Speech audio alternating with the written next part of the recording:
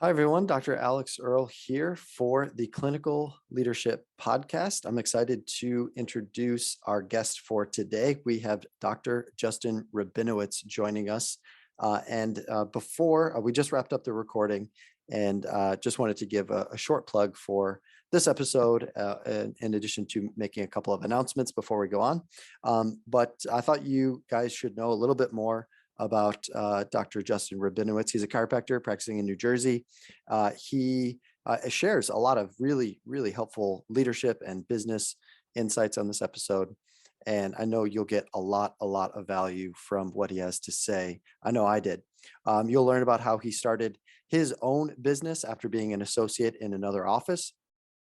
You'll learn how he scaled this business, how he hired, also learn about how he bought two other businesses and is now coaching other business owners on how to overcome the common, what he refers to as rehab chiro obstacles. In the episode, he does clearly define and differentiate between the rehab chiro. He refers to that branch of the chiropractic profession as opposed to maybe more of a traditional higher volume chiropractic practice style.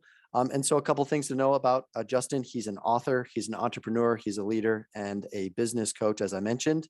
I know you will get a lot of valuable information from this episode with Justin Rabinowitz. This episode is sponsored by Midwest Rehabilitation Institute. Midwest Rehabilitation Institute is here to help chiropractors, physical therapists, and coaches. That includes strength coaches and sport coaches, just like you. We do this by providing the clarity you are desperately searching for in order to achieve exceptional outcomes with your patients or clients and ultimately your business. Do me a favor, do these three things next. Number one, go to our website at mwri.co, and on the homepage there, subscribe to our newsletter. Every Monday, we send out a Midwest Monday newsletter email blast that goes out about upcoming classes we have, about thoughts that we're pondering, about helpful resources that are out there on the interwebs. We just want to consistently put out our Midwest Monday email. So go ahead and go to our website and opt in to our email newsletter. Number two, if you go to our website and you're looking for all the different things we have to offer and you're unsure about what course or program is right for you, please download one of the free guides that are on our homepage. There's an acupuncture versus dry needling guide, and there's an ultimate dry needling guide. And there is also a clinical rehabilitation ebook that will be on our website for you to download. And that will help clarify what specifically you're looking for your educational background and for what you are interested in and who you are trying to serve. That is a key theme for today's episode. Who are you trying to serve? And the third thing, if you want to save thousands of dollars on courses by joining our membership, call or text this number, 630-765-0575. Text the word member to 630-765-0575, and we will get in touch with you about how you can become a Midwest member and all the perks and resources that come with being a Midwest member. Without further ado, Justin Rabinowitz. All right. Hi, everyone. Welcome back to the Clinical Leadership Podcast. I'm your host, Alex Earl. I'm a chiropractic physician here in Illinois, and I have the privilege and the pleasure to introduce a fellow chiropractic physician, Dr. Justin Rabinowitz. Justin, welcome to the show. Appreciate you having me on, and I'm happy to chat and have a cup of coffee and go. Yeah. I like that because this is like us having a cup of Joe and just letting the conversation flow where it goes. And a lot of people want to learn more about you. And, we have a mutual acquaintance. So your associate has attended a couple of our classes. And so we've gotten to know you indirectly through your associate. So just tell us a little bit about your story and your journey going through chiropractic school and where you are today. Yeah, for sure. I guess what would be relevant to the audience, you have is I call it like the rehab chiropractor. And basically when I started chiropractic school, like many of us, I wanted to deal with athletes. And then I got into things like MPI and things like different clubs and sports related, rehab related, soft tissue related things that are, outside of the traditional chiro world. Now, at the same time, I started to look at practice management stuff. And so I went to the library, and this is 2009, 10, when there were still DVDs in your car, and CD-ROMs or whatever the hell they're called. And I got like the Master Circle stuff, which, for all that was bad about it, there was a few good things about leadership and things that were decent. But again, for the chiros out there that understand what that is, it's about building a certain style of practice that, quite frankly, you and I do not want to do, and your audience won't want to do either. And it was sort of at that point where I realized there was a dichotomy in the profession, in that it seemed like you either had to go that route and see 500 patients a week and see as much volume as you could, and have clinical systems that revolve around 7 rooms and just running from room to room to room, or you could be what I call the rehab chiro. The problem was, it seemed very quickly and apparent to me that there was a poverty mindset in the rehab chiro world. In other words, if you're going to take that route, you're kind of selling your soul to a life that you weren't going to have a successful business, you weren't going to have a good practice, you weren't going to make a good living, of which the other guys, the high volume guys, they are the ones with the nice house. They're the ones with can send their kids to school. They're the ones that can, be thriving in their community. But us, the rehab guys, that's not for us. And I'm a stubborn guy. I just never believed that that was true. I didn't want to do that. And so from that point on, early on in chiro school, second, third try, I always basically said, I have 2 gestalts in my world. The first one is practice exactly how you and I would like, DNS and MPI and those type of things, that umbrella, and run a wildly successful business. And that's how we got here today. Brilliant. I think that I like the differentiation between just the mindset between the profession, because I've mentioned it on a couple of episodes, on either as a guest on podcasts or with guests on this show, where it's really confusing to the public, right? Like, we both have DC after our name, and so does the family chiropractor, down the road. We all have DC after our name, but it's really confusing for them, the public specifically, to know, okay, my back hurts. Where do I go in order to achieve X, Y, or Z?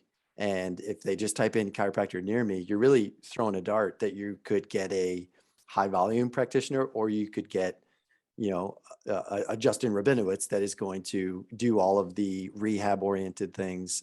So really, how have you noticed the trends between, or maybe let me back up. How have you noticed the conversation between those that want to be successful, want the nice house, want the high volume practices, and really the communication between the rehab docs and that poverty mindset? Talk to me a little bit more about how you have navigated those waters. Our mentor, Paul, who, we talked about a lot. I always say the best thing that he did for me was show me what's possible. And now that I'm in coaching and working with other rehab chiropractors, I think that's step one. Honestly, I believe that, like, I don't even think the people that I work with, they believe that they can be that successful. Like, I don't think they see a way to do it. They don't even know it's possible. And so, you said before we started, like, we don't want it to be an ego fest and all that. And I agree 100%, but there is something to be said for, like, listen, like, if I can do it, you can do it too. If we have partners in our practice, if they can do it, you can do it too. And just the fact that it exists literally becomes step one to being like, okay, it doesn't have to be this way. And I honestly think it starts with that. It sounds so simple, but that's the truth. Yeah, I think that there's a fine line between confidence and arrogance, right? And we can all tell the person that walks into the room, you're like, wow, this guy or gal is like really full of themselves, right? But I think that where we come in is we have like a healthy amount of self-confidence, but also we can transfer that confidence and have that belief in our people, belief in our staff, and belief in our associates that work for us. So you mentioned going through school, looking for a different way of doing things to be successful with your outcomes, and also to be successful in your bank account, which there's nothing wrong with that, in my opinion. And I agree with that. And then you just mentioned Paul, who's a mentor of ours. Tell me a little bit about your journey going from the doing of the treatment day to day to where you are right now. Yeah. So, I always sort of understood inherently, like, and again, it's not, I did a call earlier today and I said, the first thing that people to recognize of where I am in my journey and my practice, where I've, basically stepped out of the treatment room and, very, very, very limited, is not because I don't like treating patients. I want to make that very clear. I love what we do. And I think, the rehab chiropractor literally is the future in treatment. I think that if it was my mom, my dad, my sister, like they should come to our practice because I believe we're better than anyone in the area. And I'm the biggest fan of what we do. Because people ask me that, like, oh, you don't treat patients anymore. Do you not like it? No. In my life, that I operate under. And for a long time, it was to be absolutely the best clinician, the best chiropractor, the best rehab practitioner I could be. And I went to every seminar under the sun, name it, I went to it. But I realized at this point, I also wanted to have a world-class business. And I didn't think I could do both to the same capacity. And so it was just sort of a hard decision that I had to make of saying, like, I'm putting my foot down and saying, this is what I want to achieve from a business perspective. I think that there are other people that I can work with that can deliver the same clinical outcomes, if not better, if that's where their focus is. So why can't I help to support them from a business perspective, from a marketing perspective, from a leadership perspective, from a core values perspective, so that they can thrive and do the thing that they have a calling to do. And so, that journey for me really started with that higher level thought of nothing wrong with treatment. It was just for me, and maybe I'll change, and what's interesting is, when I started the coaching business and started to move out of clinical treatment, at the same time, I actually started working with the Houston Astros. And so it was like I was like on both sides where, we both know, like, you're in chiropractic school. It's like the only thing we want to do is work with professional athletes. And so I get, 8-9 years in, and all of a sudden I'm working with guys that I was thinking about it, like $850 million worth contracts that I'm working on. But at the same time, I'm stepping away from treating clinically. And it was sort of this dichotomy of, like, that's life, right? You just sort of get put in these positions of, you got to kind of make a decision. It's a great problem to have, like, great decision, great issues to sort of have. But, I'm a clinician and a chiropractor by trade. It's just, for me now, the focus sort of shifted. And that was just the decision-making process there. That was brilliant. It's one of those things where if you sat down when you graduated and you thought, well, like, what would I want? What would be success in my clinical career? And working with a professional team has to be up there on a lot of the rehab oriented chiros, like, no doubt. But it's funny how the moment you decided to, like, transition out of the treatment room, I find it, call it divine intervention or whatever you want. I sometimes think that the Lord knows way more than we do, and he just goes, well, hey, you know what, here's that thing that you wanted a long time ago. Here, we'll put that in front of you. And you have to make that choice. And so it's funny, as you try to take a step away, really good opportunities present themselves. Right. And so I've really appreciated you mentioned bringing up your coaching business, and so that's been going on for a couple years now, or a couple months, or when did you get that started? We sort of started it informally last year, Okay. and it was really just a natural process of people reaching out for help. I shouldn't say that. Let me take a step back. When we started on this journey to grow the business, obviously, I always thought that I had something to offer, and I thought that this was where the journey would sort of go.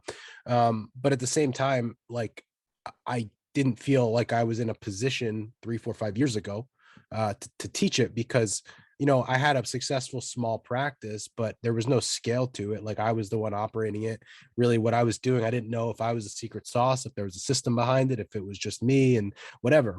And so the first step for me, you mentioned Dr. Ashton, who's our associate, who's done amazing. The first step for me was to bring someone else in, teach them what we do, and let him kind of run with it. And he's done amazing. Like, he's unbelievable. He runs the clinic at this point. I haven't seen a new patient in 2 years or a year and a half. So that was step one for me to say, okay, like, we got something here. And then the next thing that happened in 2020, actually, I ran into a situation where I had an opportunity to build a practice in a gym. I couldn't take the opportunity. And I had a former classmate of mine who wanted to open up her own practice. And kind of, again, divine intervention, worlds collide. I was Mhm. like, hey, like, I had this opportunity. You want to run your practice. You want some help. You're amazing clinically. Let's partner. Mm. And so this logo that I'm wearing, Adjust Your Performance with Dr. Allison Heffron, we opened that practice together where I'm a partner. She took all of our systems. She uses our staff. She uses our team. I invested money. I never seen a patient in that practice. No one would know I exist. And it's been amazing, right? In a year and a half. And so those were the instances that I saw of like, all right, this works. Right. And that was at the point where like I've been able to scale those businesses and have other opportunities where it's like, all right, there's something here. This isn't just about me now. And there's other chiropractors out there that I know are struggling, that know they want a way out, that I know want to practice like this. And, the thing that I've heard is like, I know I needed you, but didn't know you existed. Yep. You know what I mean? And so that's sort of the job now, is to get out so that people say like, hey, like you can do this, and if you want to do it this way, like here's a system and here's a way to go about doing it. Yeah. I mean, I think that I know Allison, she's attended a couple of DNS classes that we've organized over the years, and top talent. Like she's really, really a critical thinker, and really, really knows not just DNS, but she knows clinical. She's very, very skilled clinically. So kudos to you for kind of putting that together and striking while the iron was hot. So what's next for you? Like, where do you see this coaches or this coaching business? Where do you see the next thing? Like, where do you see your career heading next? First thing is within the coaching is to grow that and to bring more people in that typically if you ask, like, and again, this exercise, the perfect patient exercise. Yeah, who's your Like, ideal who's our coaching perfect candidate? Yep. Yeah, so it's an interesting story, which I think will be valuable. And I did a call with a guy today who I was actually really impressed with, because he's an associate in a practice in New York City that practices old school, doesn't like it. And he's not ready to do his own thing, but he knows eventually wants to. And I said, you know what, this is good that you're talking to me now, because the people I typically talk to are already in too deep and are like, shit, like I need help, but this guy's figured it out a year early. I was like, that's amazing. Like, you're not going to run into a lot of the issues, because Right. potentially if you work with me, it'll happen before, but he's not the norm. The norm for me is exactly this. And I'll lay it out there, and people are going to laugh, because they're going to be like, this is me. They work as an associate. Their boss sucks. They don't get paid a lot. They're miserable. They go and leave, right? And they go to start their own thing. They want to run a rehab chiropractic practice. They want to spend time with patients. They want to deliver an amazing service.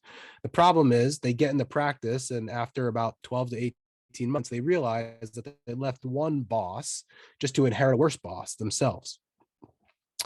And basically what happens is these guys and girls, I have both clients, guys and girls, they leave the practice, they want to do it completely different, but they have no idea how to run a business. And so they get about 12 to 18 months in, their schedule gets to be pretty full. They've done a good job of just hustling to get going. And they look up one day and they're working 30 to 35 hours clinically a week, and they're making between $9,000 and $12,000 of revenue. They don't have any more time to scale their business, and they don't have enough money to hire anyone. And essentially at that point, it's over, right? They're stuck. And so they realize that, like, they look up one day and they're like, I'm 32, 33 years old, and this is going to be the next 20 years of my life. Now they're paying their bills barely, and they're fine. Like, it's fine at the most, but it kind of is like, this is what I signed up for type of thing. And typically those are the ones that come to me. And for me, I go in and we basically look at the business and evaluate it. And then we try to get things moving as quick as possible to get things turned around, give them room, give them time, give them some more profit. And depending on the business model, that's where I sort of step in and put them in our program and our systems. And truthfully, with that, we've also run into some other opportunities where we've been able to invest in practices where it's the same thing. It just happens faster because we have the team to go in there and fix it for them, so to speak, versus them doing it themselves. So those are sort of the two avenues. But I think based on knowing who your audience is, typically, like, that should resonate with a lot who are either there or ideally who aren't there yet, but will be one day. Yeah, like your New York City associate who's probably got one foot out the door, or at least the plan, like the pre-planning stages of starting his own thing. Yep. And I've found, and I've talked to a lot of students at our classes and new grads as well, and they feel, and maybe this is a self-limiting belief, that they feel like there's two options, maybe a third when they graduate. They could go work for an established practice, right? And kind of be miserable, like you said, like not have a good boss but have security, right? Security and a paycheck. But they won't have they would be interested in the practice, but they won't be committed to the practice, right? And there is a difference there. And versus if they go out on their own, they're going to be committed because they've got skin in the game. That's their livelihood on the line. Which it's one trade-off for another, right? Because then that means you're responsible for marketing, you're responsible for operations, you're responsible for legal, finance, you're responsible for everything. So it's really interesting that new grads, and I was the same when I came out, although because we also had an education side to our income, I self-selected out from an associate position. I was working at a chiropractor's office for 2.5 years while I was in school, and he was dead set on me taking over his practice. And he wanted me to work Monday through Friday and every other Saturday. And I was like, I can't work Monday through Friday, teach a seminar on the weekend or organize a seminar on the weekend and have a wife and have kids. So I have to kind of make my own schedule. And I wrote up a Tuesday, Wednesday, Thursday, 7 a.m. to 7 p.m. treatment block. And he like laughed at me. He's like, good luck, go do that on your own and come back in a year. You'll be miserable. And I was just kind of like, okay, challenge accepted. I'll go do it. And I did that 6.5, almost 7 years ago. And that's how our practice has been: 7 a.m. to 7 p.m., Tuesday, Wednesday, Thursday. That's it. We've never seen a patient on a Monday, Friday, Saturday, or Sunday. Unless it was like an emergency, like I had to, but there's no like pre-planned Monday, Friday, Saturday, Sunday. And on the weekends, if we have a seminar, that's great. Cause I see my family on the other days off, so to speak. But really it was like, he challenged me to go do it and not be successful. Like he guaranteed I wouldn't be successful. So, and a strange thing happens with human behavior. If you tell me I can't do something, I'm going to like try my best to prove you wrong. That's just how I am. Yeah. But I couldn't go work for someone. And so I by default, I thought, all right, well, I'll just open up on my own. So for students that are listening or new grads that have a choice to make, what advice would you give them if they are kind of wrestling with this? Yeah, no, it's a good question. I spoke last week with Northwestern Chiro School. I don't know the Yeah. Oh official yeah. name, but Yeah. that was a similar question. Like, what do you do? And I think you said it best. It's a trade-off, right? And I think just going in eyes wide open is the most important part. I worked as an associate for a little over 2 years and had a really good experience, like clinically, right? When I came out of school, if I go back to think about, I knew I always wanted a practice, but when I graduated, again, this is sort of my mindset, is like, I wanted to be a world-class clinician. And so I didn't care about anything other than going to a practice that was going to support that. And like, it's looking back, and we can talk about sort of salary and things of that nature. I was fortunate in that it was close enough to home where I could move home, which is important. Context is important, but I got like such a low base that I wouldn't have been able to survive. Essentially, I took on all the risk with upside of a bonus, and I ended up making like really good money there. And practice just how I wanted to practice. So it was really, really good. Now, I don't think a lot of those opportunities exist. And quite frankly, one of the reasons, sort of trying to change this game and profession overall, when I talk to my coaching clients, is yes, we're building businesses, we have partners, we're growing our thing. But one of the things long term that I'm trying to do is to get you guys to a position where you can build a business so you can hire associates. And now it doesn't have to be eat your young and pay people nothing. And it's a terrible environment. Like, let's change this thing, right? Let's not make it so every associateship is terrible. Like, why does it have to be that way? So like right now it is tough because there aren't many out there. Now, in a perfect world, to be honest with you, like, again, I think if you were given the right situation, you probably would have been able to work for someone. I think in a perfect world, it's probably the best thing, right? Because you come out of Chiro school and really for the first year or two, I think Kevin Christie talks about it. The first 2 years are kind of like a residency, and they should be like, like you should go in, be able to see patients, and yeah, you've got to produce and you've got to be good at what you do and you've got to hit numbers, but it's a little bit less risk because you don't have to worry about everything. Now, like you've found out and you've done it, you're a perfect example. You can be successful either way. Like Like I would never, the problem with your the guy you were potentially going to work for is him, like, it's nothing is an absolute. You're definitely going to fail. Well, like, Right. no, like maybe you will, maybe you won't, but like, here's the positives, here's the negatives, So I don't try to speak in terms of absolutes. I think if you're going to talk about a reason why to get an associateship, I think that there's something to be said for, are you going to be able to be world class at both at the same time? Probably not. Like it's challenging. It's like what I ran into just a few years later. To be a world class business owner, to spend all of your time and extra money on business courses is, and then also to do the clinical stuff at the same time, like probably not. Now again, every situation is different. Like you were having the courses yourself, so potentially for you, you were in that environment, so you didn't have to like pay for it, or you were already there. But like your job is to become a really good clinician, then you probably shouldn't be working with me and spending money with me to help your business grow. Like it's your world, you're in two different worlds. So in a perfect world, I think that's the right scenario. Now, that's not for everyone. And like I said, you can be successful either way. I think you can be successful either way.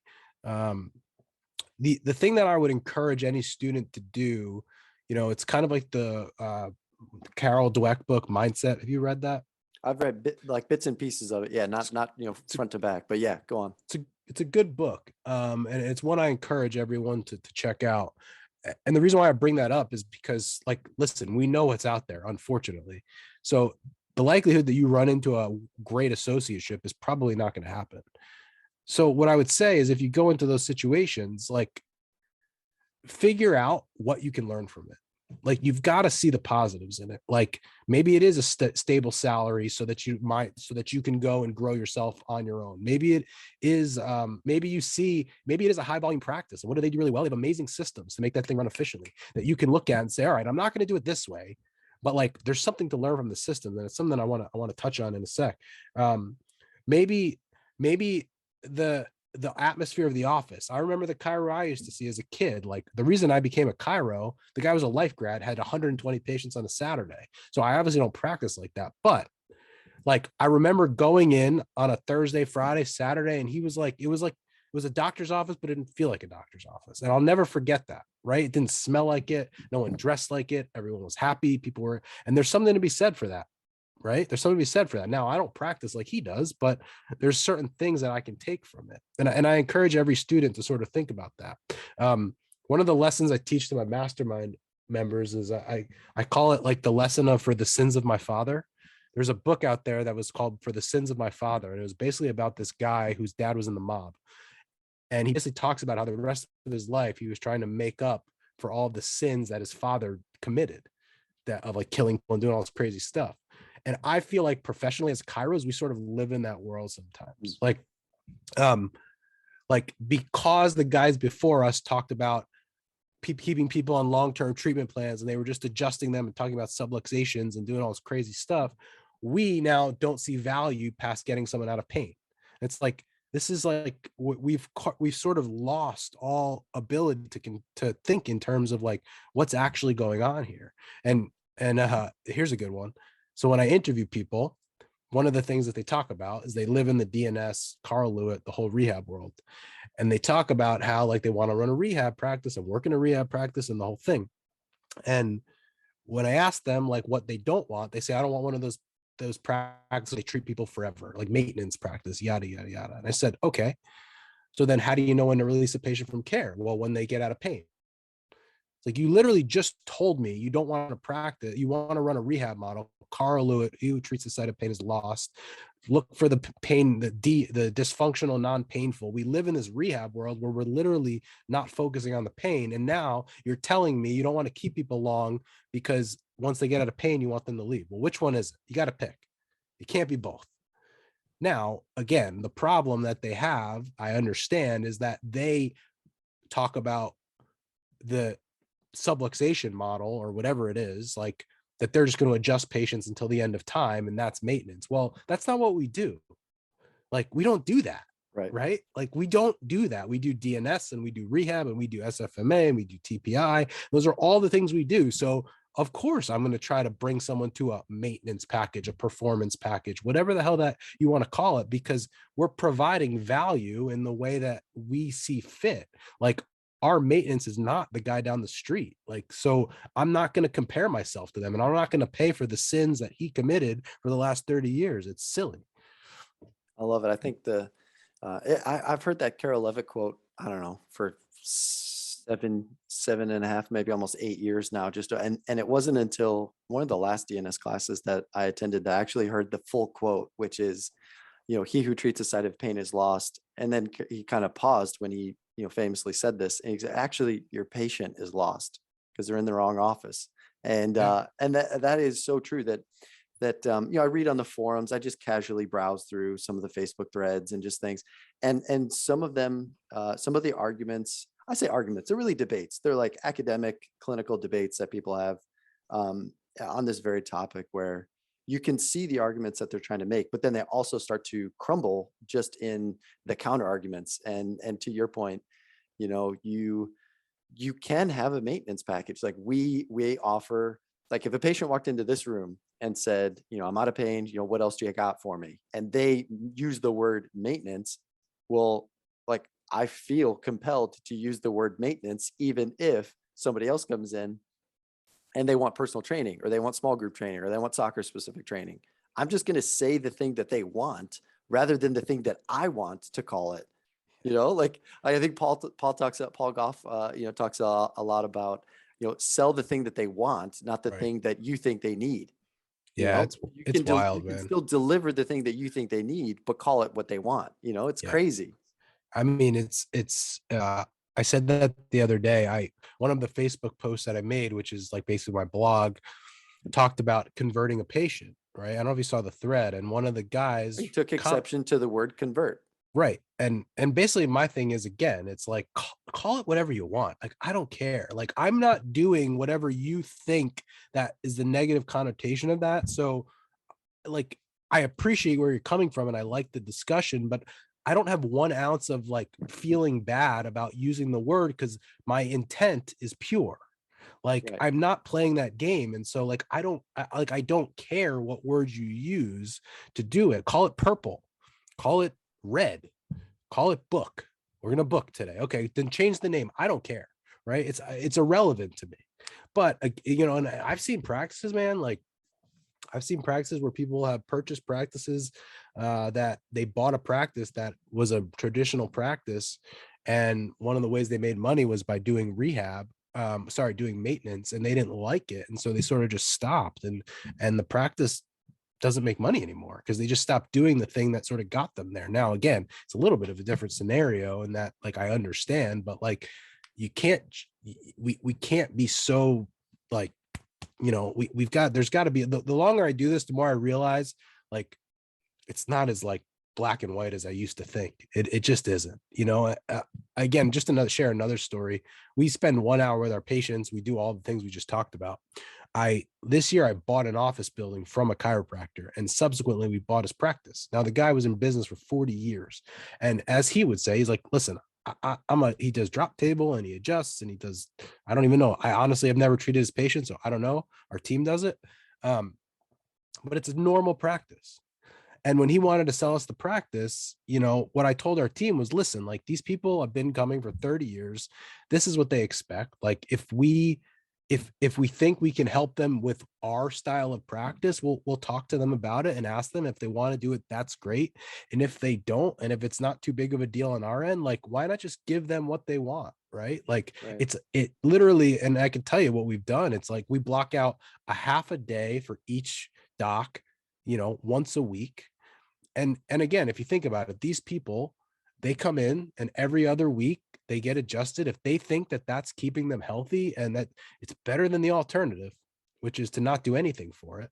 And so like, we have like a very small piece of our practice, like probably 5% is like a very traditional practice.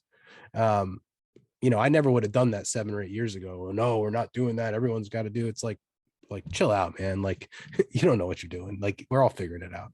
Well, I don't know if you did this intentionally, but I like how you just clearly outlined the expectations up front when you took over this practice. So you gave them a choice, right? And in our office, we're really big on, do you want a good option or a better option? And that's Dan Kennedy 101. That's Paul Goff 101. And so that's the people that have really taught us the business side um, of really, I hate to use the word buy-in, but it's really just you're giving them a choice and they have the authority and the autonomy to make that decision. So then they own that decision. You're not forcing them. And I think that might be where the mindset was of that one Facebook comment where the guy said, I don't like the word convert because then it makes it sound like I'm, enforcing something on your will, your free will, and you don't get a say in the matter. Yeah, I get it. But if someone comes into our office, Google ads, they don't know anything about our office, they see an ad, they come in, they go through, one of our introductory appointments, and then they pick a plan of care that works for them. I would consider that a conversion, but I didn't coerce or do anything. That it was their choice. Like they chose to click on the ad, they chose to call our office, they chose to sit down, they chose to go through the options and the plan of care with us, and then they chose to ultimately which plan of care fits their time, their finances, and their commitment. So that's like I will call it a conversion all day, every day. And maybe 3 years ago, I would have been in the same boat that guy was in. Not cool with the word sales, not cool with traditional chiropractic marketing. And that's a good segue into marketing. And you kind of mentioned Facebook has become a nice little outlet for you as like a little mini blog. But in regards to marketing, how have you found or how have you overcome some obstacles in regards to marketing for this rehab chiro movement? No pun intended, but the Yeah. rehab chiro. How do you market? And what are some successful marketing campaigns that you've had? Yeah. I mean, I guess I can start by sort of talking to you about the stuff that we haven't done well, right? I think Great. we can Yeah. start Yeah. there. Yeah. Yeah. I mean, um, for, you know, we sort of understand at this point who our perfect patient is. And, how I got into sort of this is understanding the new client avatar. I talked about it in my coaching business, who that person is. Like if I could explain it to you in detail, who is it? I sort of did that.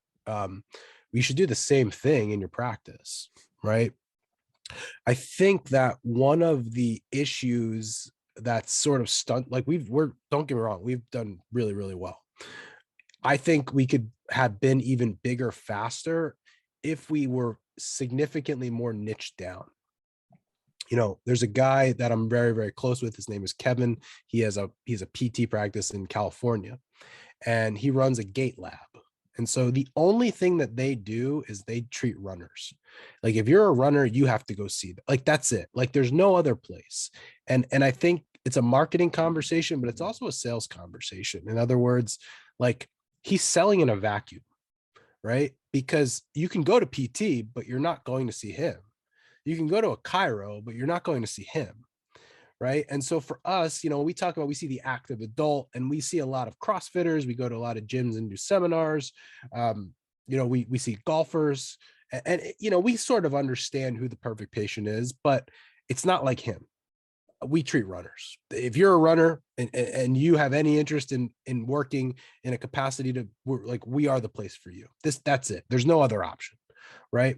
And I think as I've studied business more, some of the people that I've seen have had the most success are very specific. And when I ask you, like, what do you do? It's not like I'm a rehab chiro. It's not this. It's like, I treat this.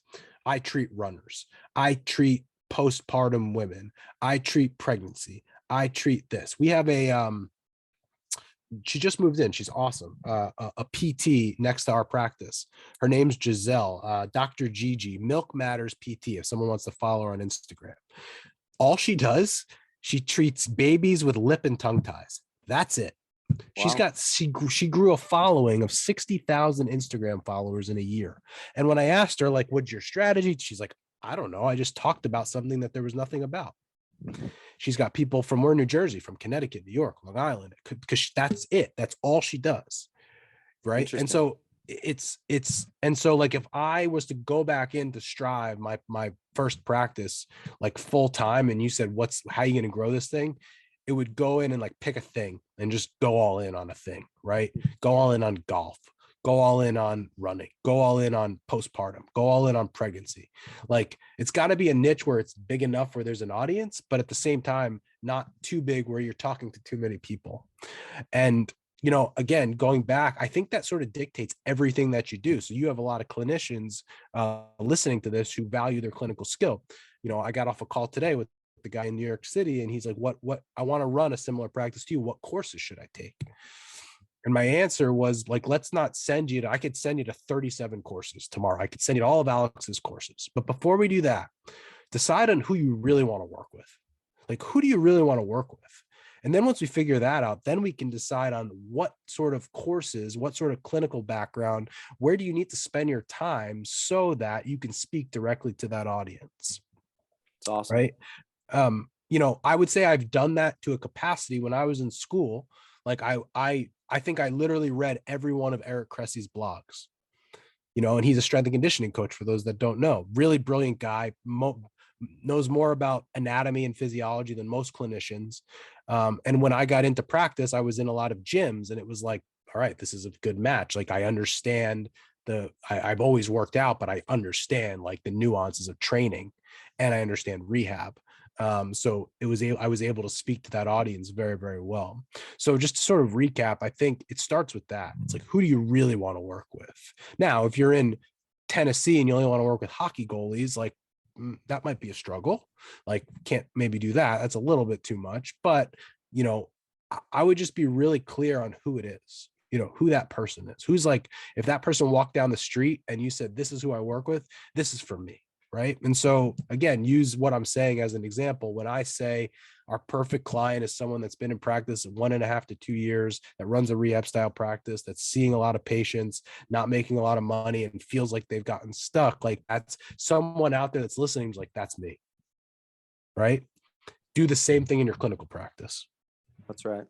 And to your point, some of this is going to be location based, right? Like you said, Tennessee goalkeepers, where that'd be quite rare. You might have 20 in the entire state where you're building a practice on, but also knowing your area, right? So like, for example, in the Tennessee Valley, in the south, almost basically around Chattanooga, right, is a huge climbing community, rock climbing, like Boulder. So like I was talking to a student, and she's a rock climber. She's interested in starting a practice in Chattanooga, and I was like, why Chattanooga? Not many people. It's like 155,000 people that live there. People have heard of it, but not many people just race off and go open up in Chattanooga unless you're from there. And she's like, well, I'm a big Boulder climber, and there's a big community down there. There you go.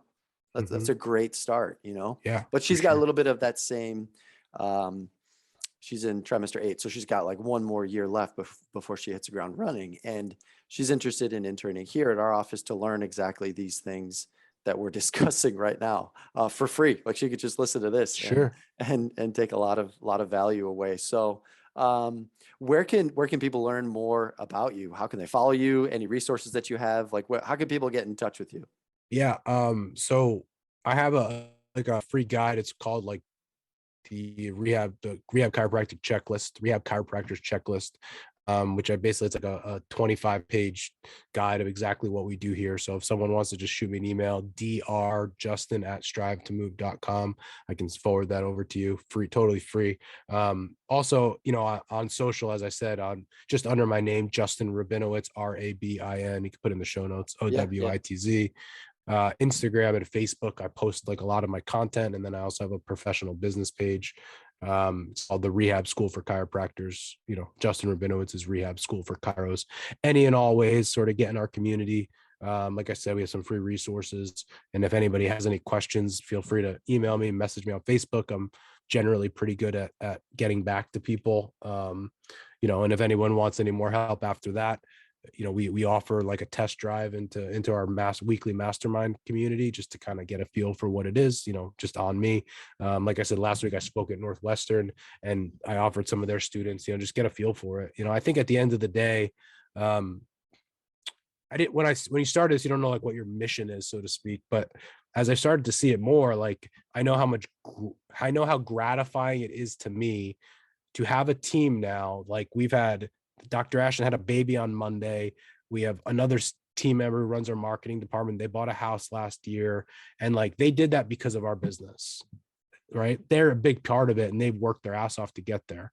But we have a business that supports people, right?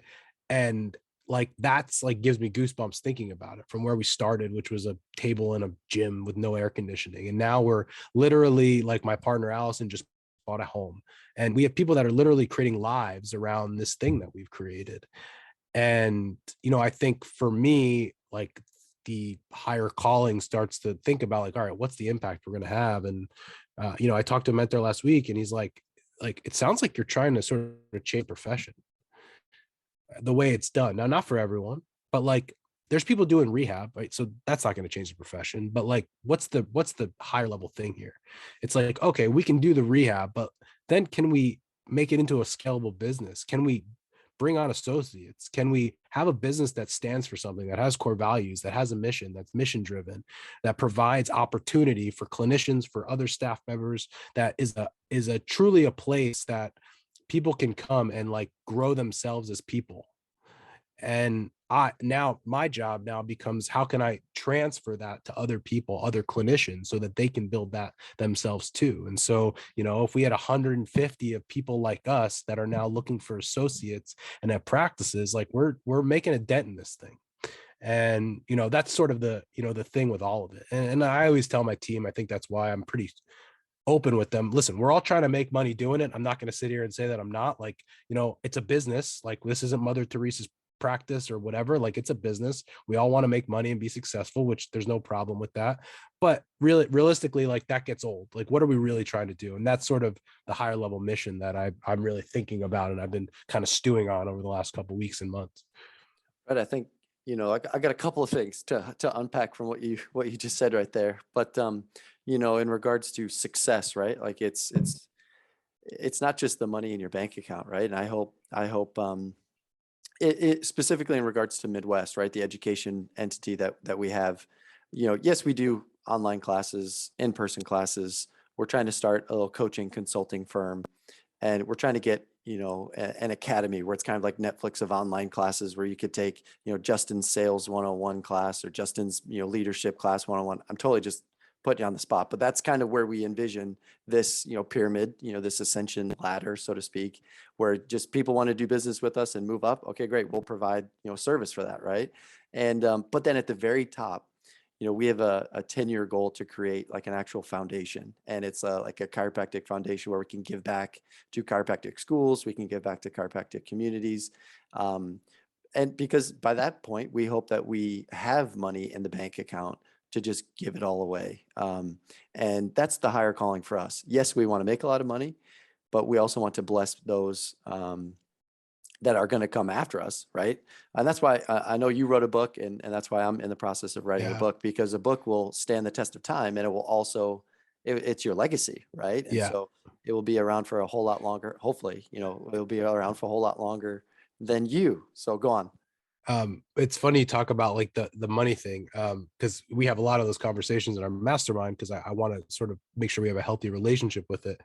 And one day I told them, like, when I tell you to raise your prices or do this or do that, like, one of the reasons it's from a business perspective to give you room. It's strategic. Like, it's not just about you making more money to make more money. And then when I said, listen, if you hate making money that much, like, take the money and give it all away. Like if you raise your prices by $100, right? If you raise your prices by $100 and you don't want to keep the money, give it to a charity, right? Give your money away to a charity. I would much rather, I believe personally, and with people I'm coaching, like, you could be a much better steward with that money than anybody else could. So again, if you make more money and you have too much in the bank and you're like, listen, like, I'm not comfortable with this, start a foundation, start it, like, do whatever you want with it. We're trying to do something very specific here. Like, money isn't bad. It can help you do things in your life that otherwise afford you opportunities for maybe you, for maybe your family, or for maybe others, and like I said, I trust myself a lot more than I do other people with my money. So if I have way too much of it, what a problem to have. Like, how else can I help people? How can I sort of give back? And the other thing you talked about is success. And Paul talked about this, which I love. uh, people success by definition is people that are set a goal and hit the goal. The problem that most of us have is that we gain success by hitting a goal as a business owner, and then we essentially go buy things and stuff with that, and we think that that'll make us happy, and it's not, right? It's just things and stuff. And that's why a lot of us, happiness is appreciation and gratitude, right? Success is hitting a goal. So we think that when we're successful, we hit a goal, we can go buy happiness, but we're not, because happiness is not that. And that's why we sort of run into the cycle. I sort of butchered it a little bit, but you get the idea. Like, we're sort of chasing this thing that money can't ever buy regardless of it. And it's like, and again, those are the conversations we have, because we have one guy that made $60,000 more than last year. Another guy made $200,000 last year. And I promise you, neither one of them, that made them happy. Other things may have other things in their life or their appreciation and gratitude, but that in a vacuum, the more money didn't do anything for them. Brilliant. Brilliant. I mean, I've got a lot to unpack from this. So I think I've said this on virtually every episode that, I enjoy talking to people, like, for selfish reasons, because I get a lot out of the episodes from our guest as well. And you are no exception. I mean, you're definitely raising the standards for chiropractic business and chiropractic, clinical practice. And so kudos to you. Well Thanks, done. man. Appreciate that. I'll make sure to include all of this information in the show notes, including all your handles, and some of the books that you mentioned as well. We'll include links so people can get those. Yeah, I like the Carol Dweck mindset book. That's fantastic. Any closing remarks you have for our followers, listeners, all over the world? Just a completely random thing. We've moved up on the African podcast charts, believe it or not. So Ghana, we have moved up in Ghana. Beautiful. I don't know. We get these little statistics emailed to us, hey, your podcast has moved up in Ghana from, I forget what it was, but it moved up to we're like the trending, like the 9th entrepreneurial podcast in Ghana. So, hey, kudos to us, right? I sent a book once. Someone bought it in I don't know, New Zealand or somewhere weird. It cost me so much to ship the book. I was like, please don't do that ever again. Like, this is horrendous. Like, the book it's not like, it's a small little book. Like, it's not worth the $40 of shipping. Like, please, what is going on here? So, well, yeah. So give us some closing remarks here. Yeah, I think going back, understanding that it is possible, but it's not easy. I think, honestly, looking at it, people like you and I think observing ourselves versus other people that might not have success, there's a level of standards that you have to carry. There's a level of work that you have to be willing to put in. There's a level of risk that you have to be willing to take. So while I'd say it is possible to have the practice and the life that you want, it doesn't just happen. Like, right. It takes a lot, and quite frankly, it's not just hard work. There's a lot more to it than that, right? There's a lot more to it than that. You have to develop the skills. You have to develop just like you have a clinical skills, you need business skills, the mindset skills, the risk tolerance. So yes, it's possible, but it certainly isn't easy. That's right. I like also the reference to risk, right? Because I think a lot of people maybe ignorantly get out of an associate position or starting off on their own, and they think I'll be able to do all this my way, right? But you don't quite realize the risk that it takes in time and money and effort. And I've been taught since I was a young kid to get paid for the risk that you take, and so that weighs on my heart when it's time to make a big decision. So anyways, I'll leave it with that, or I'll end us with that. How does that sound? Beautiful, man. I appreciate you having me on. And like I said, if anyone has any questions, you can just reach out to me, email, Facebook, whatever, Instagram, either way. Perfect. Dr. Justin Rabinowitz, everyone. Thank you again, Justin. And with that being said, until next time, folks, this is Alex Earl on the Clinical Leadership Podcast. Thanks again, Justin.